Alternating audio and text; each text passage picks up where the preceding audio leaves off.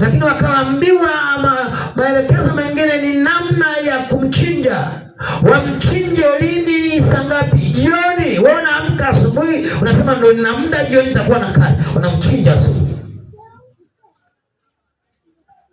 Unamaliza kumchinja, unatoa, unashangaa hakuna kilichotokea, umepaka damu kwenye bima ya milango na unapigwa. Unajiuliza mbona na damu niliweka? Akasema maelekezo. Ulimchinja saa ngapi? Asubuhi. Kwa nini? Kwa na haraka naenda kazi. Pasaka achinji asubuhi, Pasaka anachinja jioni. Ndio maana Yesu aliuawa jioni. Bwana asifiwe sifa. Bwana Yesu asifiwe. Bwana Yesu asifiwe. Nenda kaangalia hivi vitu, uvifuatilie, usiwe ni mkurupukaji wa utoaji wa sadaka. Wengi mnakurupuka. Hiki kitu alimfundisha hii wiki kinishangaza sana.